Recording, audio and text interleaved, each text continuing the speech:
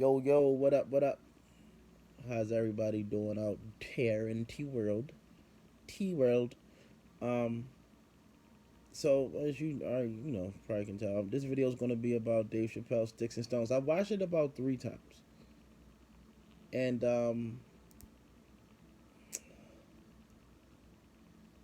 it's it may not be the funniest Dave Chappelle stand up, but it's probably the most is it prevalent that I want to say? It's probably the best comedy stand up that you could write at this given time that touches on so many subjects. Now, Chris Rock's tambourine was similar and was in this pocket because it wasn't a lot of laughing going on. It was a lot of talking and a lot of listening, and there was some jokey stuff involved. But with Dave Chappelle's was always talky, like what I'm saying, he's talking to you and shit like that. But Dave Chappelle's was so I don't know. Maybe it's just how my mind thinks. So I'm gonna start with like his first joke, which was the Anthony Bourdain. It's not Anthony Bourdain. Whatever the dude name is, I forget his name. The cooking dude that killed himself. I don't think that anybody should kill himself. That's not a good thing. I wish he would have talked to more people. But that's the way Dave wrote that joke was to me like impeccably written, and how he contrast, at least what I got from it, how he contrast white is I don't know if Anthony Bourdain's. I'm gonna put him in a white category. White, I guess, excellence, because nobody black would ever get that job, or at least not from our past, from our the past till now. No black person is gonna get that job. You're not gonna fucking see Idris Alba or who's black that I don't even know many black cooks and chefs. That's something I need to research myself. Um, I don't fucking know. You wouldn't have seen nobody black doing that kind of shit.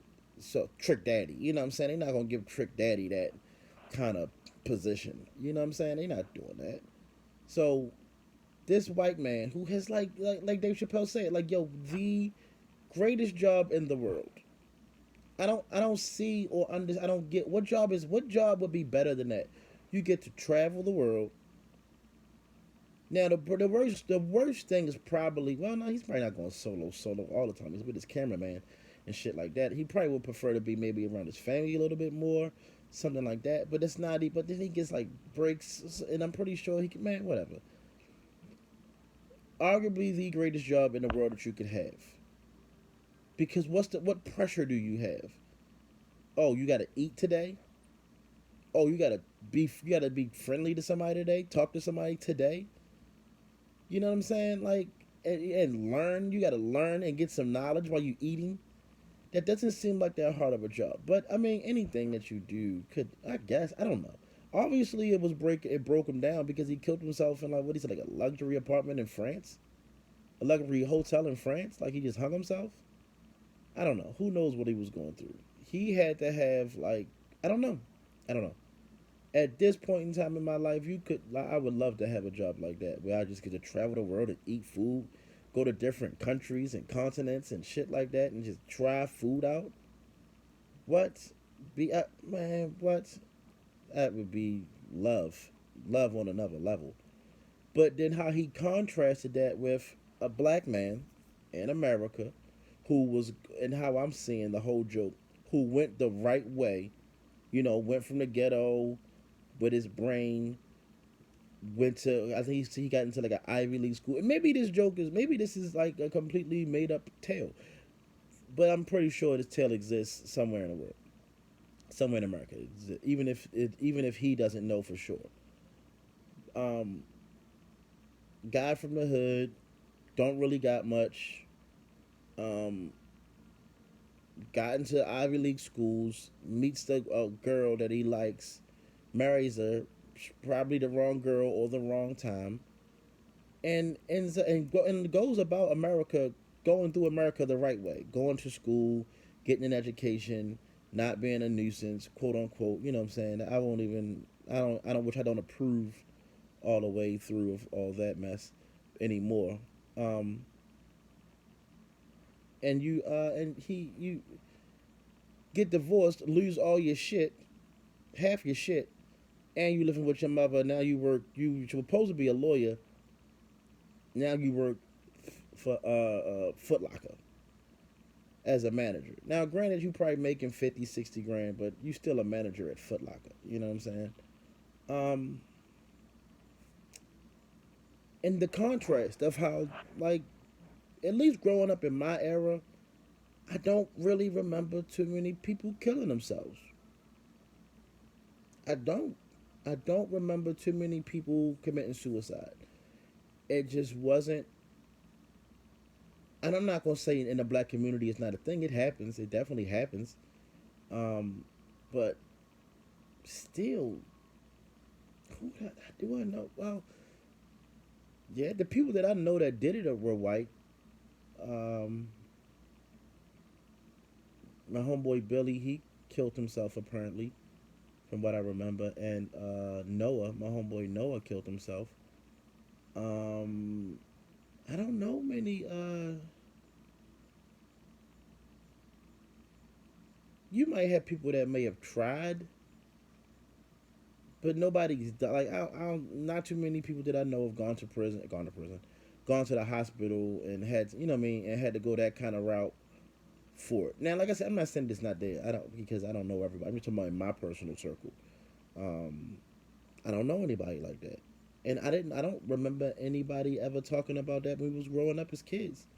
It just wasn't a thing. Like I think we heard about it, but it just wasn't. You know what I mean? It wasn't a thing for us. Even the DC sniper didn't kill himself when they trapped him. So I don't know, man.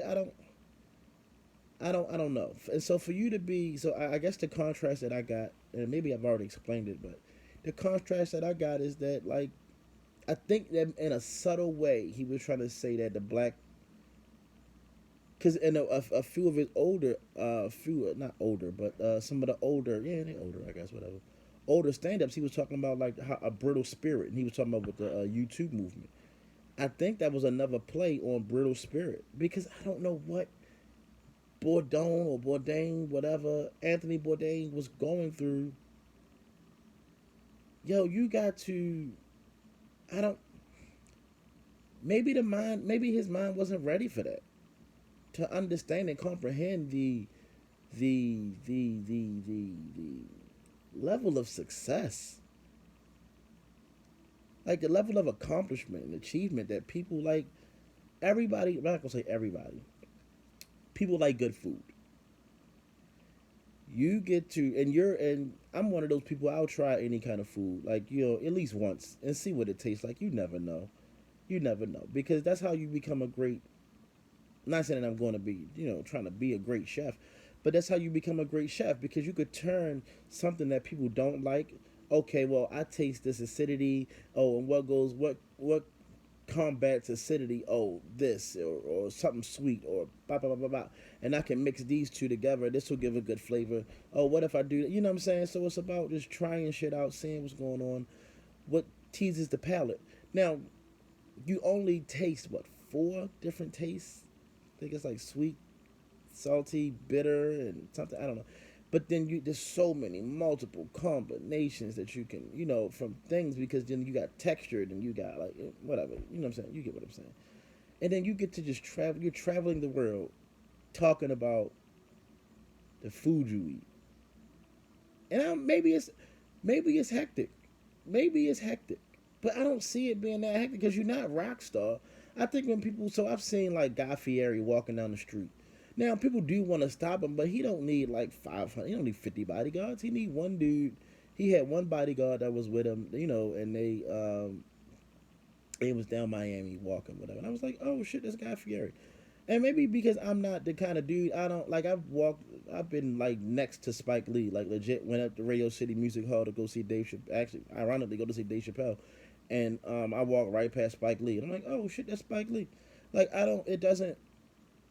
No, I got to meet Sky Zoo. up close in person. I've been next to Method Man, Redman.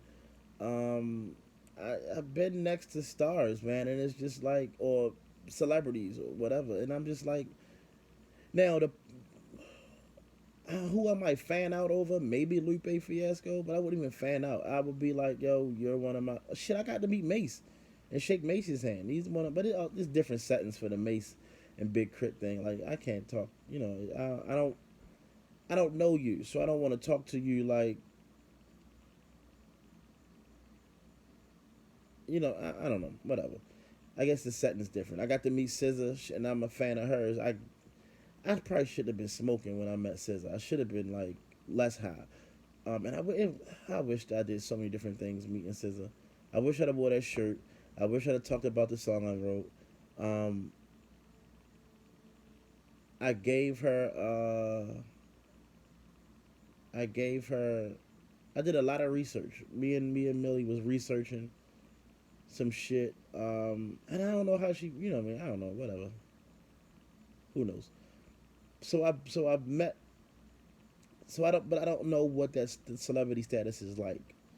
You know what I'm saying? Like to be, but also to be Anthony Bourdain, where you are like legit, probably, yeah, he's probably on TV all across the world. You know what I'm saying? Because like, or at least, yeah, because I'm pretty sure the country that he goes to, if they have, you know, internet access and TV access and stuff like that, I'm pretty sure they want to see themselves. So you're getting viewed all over the world. I can see how that can be like kind of scary if you think about it too much. But if you think about it like, as big as we are, we're small because the universe is gargantuanly big. You know what I'm saying? It's stupidly big.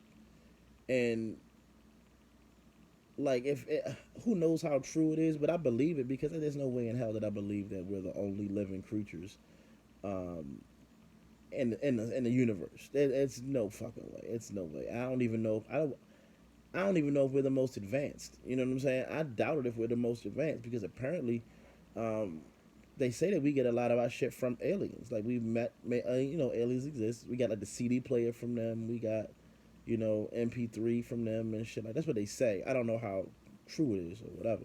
And that one dude was supposed to be talking about. I forget. It's a special on Netflix. He's supposed to be doing a. Well, they're supposed to have like, you know, ships and shit, and they try to backwards engineer them. I believe all this shit, like Stranger Things and well, Stranger Things is the first thing I can pop that pops into my head. One thing I can think about, shit like that. Like I think all that shit's real. Like the Godzilla shit. I think all that shit is real. You know what I mean? Because we're small, but the Earth is big as fuck. Like Pacific Rim, where they was talking about what was going on in the Mariana Trench and shit like that. I believe that type of shit is or could be going on. Like I don't think they've told us about every single being that's on this planet. We don't know everything. It's like every single day a new species is born, a couple of them. You know what I'm saying? Even at the microcosmic level, you know. So it's just it's we're big but we're small. I tend to look at us as like just small um, pieces to the puzzle that just make this thing go. You know what I'm saying? Where it's gonna go, who knows? That's why one of my favorite lines is Pocahontas. How high does the sycamore grow? If you cut it down, you'll never know. Like you don't stop growth because you never know what heights you could reach. You never know what. Then somebody's gonna strive to reach your height. So like when Tupac said, "I'm not. I may not change the world, but I may invoke the mind that does." You know what I'm saying? So that's some real true shit. Like you know what I'm saying? That's some words to live by. Like you'll live the best true, and even if it's evil, you know what I'm saying? Because you're gonna need balance. You know what I'm saying? You're gonna need balance. What's a world without balance? You know what I'm saying? What's a world without balance? You don't have it. It doesn't exist. You know what I'm saying? If there's no balance, that's like so. What is that? Pluto or Saturn? A lot of these other planets, from how they describe their composition, they're probably mostly one thing. You know what I'm saying? Like or because it's planets out there that's like 80% diamond or some shit like that. You know what I'm saying? That's what they believe or whatever. The Earth is. mixed up. You got water, you got grass, you got mud, you got, you know what I'm saying? You have multi, so it's a balance of everything. So things can live on it and be and occupy it and stay on it, at least on the surface. Who knows what's going on in the center of a lot of these planets? We don't know.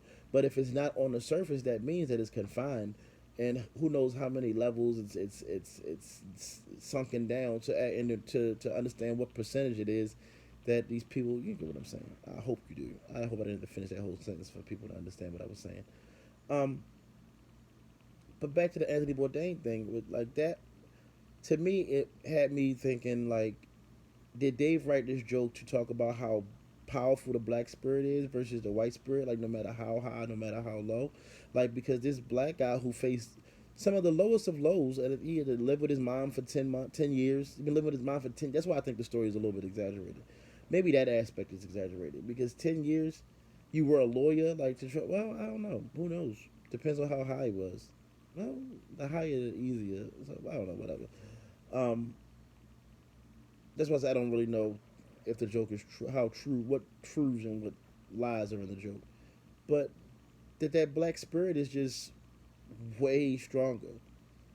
You know what I'm saying? He talked about that shit with the kneeling thing. So I think that that's how he's writing his jokes a lot of times. At least that joke anyway. Then I'm glad he did.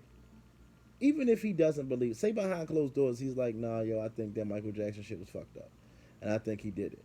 But what he decided to put out there on display for us was that he didn't believe it. And I'm kind of glad he went that route because to a degree, I don't believe it. This comes out 10 years after he's dead. That's to make a whole documentary about it. And then they didn't they take it down? Something like that. So that means it wasn't a lot of like, cause they were talking about a section of the house that wasn't even built at that time. So I don't know. It's I don't know. A lot of this stuff I don't know. If I ain't there, then I don't know what to believe. You know what I'm saying? I can only believe what I've seen. I don't because if I'm not there, I don't know. So all that shit is speculation. Nobody knows how if Michael touched those kids or not. It's speculation. And just because you go to the courthouse, it's funny how like well, it's not even funny. That's just I guess it's just a balance in the way of life. Some people are automatically like if you understand the corruptness of the judicial system, then you can understand why Michael Jackson would be in court having to fight a case that he probably has nothing to do with. You know what I'm saying? I know dudes, well, I don't know dudes. I know chicks who said that they could get dudes, I hope this has been changed, but they can get a dude on child support for at least 6 months before the court system even realizes that they made a mistake. And then he's got to go to court to deal with something, to deal with child support when he doesn't have kids. Or he never even fucked this girl. You know what I'm saying? Like, so understanding that aspect of the system, you gotta understand, like, nigga, it's a business. It's all business. It's all business, man. Everything is business. Don't take it personal. It's business. You move on. You know what I'm saying? You move on. That's how you operate and you maneuver through this shit. Because if you get too hung up on the business aspect, I mean, if you take the business too personal, that's when you want to kill somebody. You know what I'm saying? But I'm trying to think of some other jokes that they. Well, I was talking about another one. I was talking about the Anthony Bourdain one. Then I was going to talk about I forgot what other joke he did. He told a bunch of different. Oh, the Michael Jackson joke. The Michael Jackson jokes. Um, yeah, we talking about prison. So I don't know that I don't believe it either because it's like the time, not the timing of it because it's 10 years later. Um, um, how the one well so that was the R. Kelly thing. That's another reason why I'll be like, now R. Kelly did that shit. Like come on, man, we got porno tapes. I'm I'm more concerned with the fact that like why did it take so long for us to really get them? Like we had the tapes years ago, and people and one thing you can't stop is life. watching that documentary on R. Kelly, there was a chick, a young girl that was there, like 'cause her mom wasn't home. Her mom wasn't there to stop her from not going. So she doesn't have anyone watching her. She's old enough. She was like what 15, 16. She's old enough. I do think that they should change the age. Well, maybe I don't know. It don't.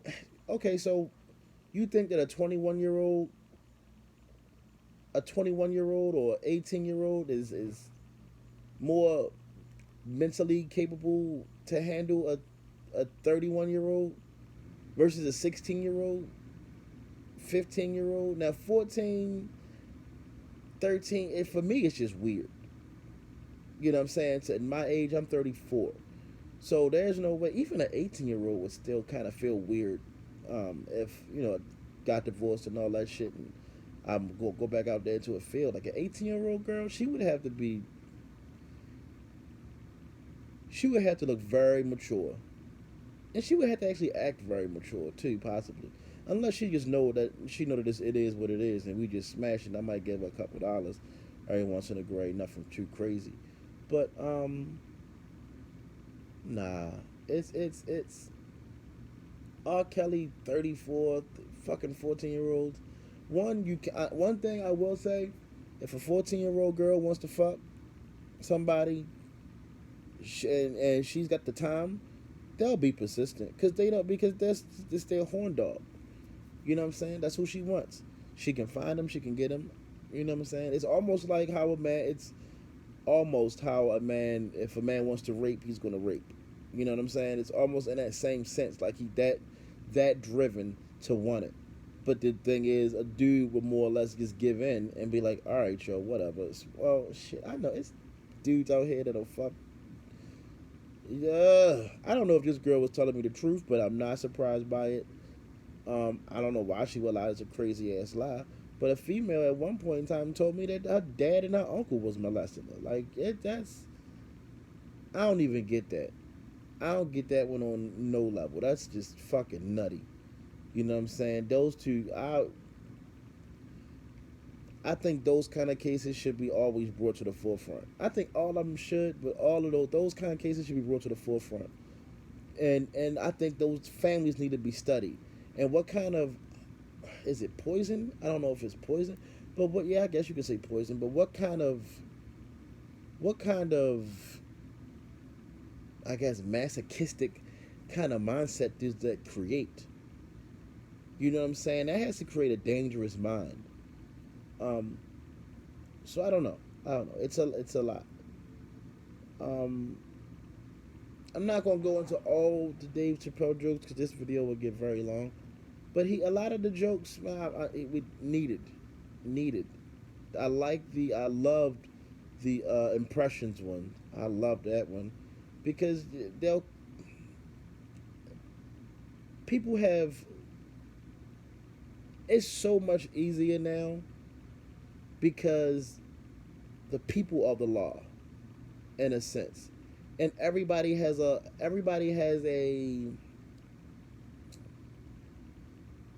It's almost like a public hanging, and everybody has access to the public hanging. So if you say something and you put it out there, they can publicly hang you, and that's the Dave Chappelle. That's the Kevin Hart aspect of the Dave Chappelle joint when he was talking about Kevin Hart and how he said something years ago, and he can get hung for it. It's a lot, man. But I think Dave Chappelle Sticks and Stones. I love all Dave Chappelle stand-ups. My favorite one is probably the Bird Theory. It's the one I forget what it's like. Bird Revolution or something like that. I don't know. That's my favorite one. First it was for me for something. The second one, the one in San Francisco. Well, I think a lot of them in San Francisco. After Killing Me Softly, the one after Killing Me Softly, I can't think of the name of it. This is For Them or Me or some shit like that. That was one of my favorite ones, and that was legit one of my favorite ones. But the Bird Revolution or whatever, that's probably my new favorite one. And this one is cool. I watched this one 3 times. This one was cool, but not it's no but. This one's cool, and I can't wait for another one. And I can't wait for Eddie Murphy to come back. I hope that he comes back funny. Um, I see that he's out there. He's hitting the. Well, I don't see that he's hitting the road. Apparently, he's hitting the road. He's making coming to America to got everybody back except for the one lady that passed away. I mean, who would not? Who wouldn't want to come back?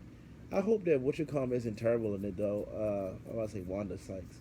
What's the big girl? Lisa. I can't think of her name. Leslie Jones. I hope she's not bad in it. I think that's who's coming back. She's not always that funny. She's just big and loud. A lot of times. Sometimes she's funny. I think she's gotten more funny as the years have gone past, which is good. But she's still, I don't know, whatever. But hopefully she's good. Hopefully, well, not hopefully she's good. I really don't. It's not like I'm going to the movie to see her. I hope her part isn't like too crazy and too over the top. But I hope it's good. I just hope it's good. Um, I hope the whole movie's good. You know what I mean? This is a classic that they're remaking, and it's gonna have a different feel. It is. It's definitely gonna have a different feel. Um, I just hope it's good. The one thing that I would like, kinda, is like that old VHS feel of the joint. I would love that. You know what I'm saying? Not so much kind of Spike Lee, but more a little more, but grainy. I kind of want it grainy, but you know, I don't know if we're gonna be able to get that. But all right, that's I'm gonna be ending this one on that. Yeah, man, y'all enjoy your evening.